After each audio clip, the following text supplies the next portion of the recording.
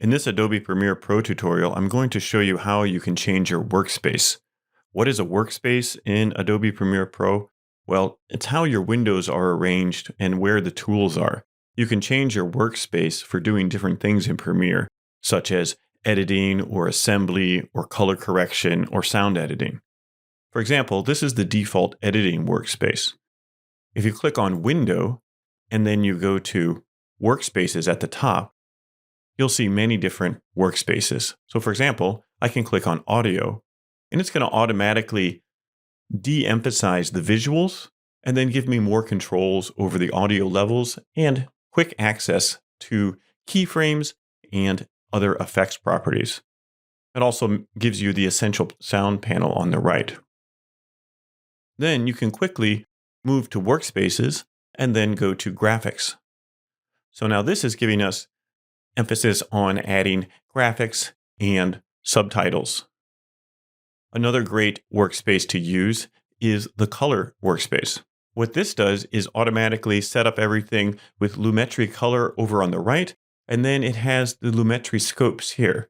You can further customize your Lumetri scopes by clicking on this wrench, and then pick which type of parade and waveform you want. You can also customize these screens. So for example, if you want to see the Lumetri scopes and the effects controls, I can drag this one out, and then I can drop it in this drop zone.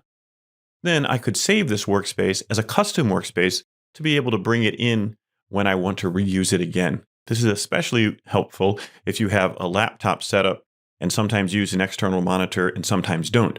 You can label one workspace color with your laptop and the other workspace color with external monitor. That way, all the windows will be the right size and in the right space if you do that. Another nice feature is if you rearrange your workspace like this and you want to reset it, or for example, what if I close this panel and I can't remember how it is, I can always go Window, Workspace, Reset the saved layout.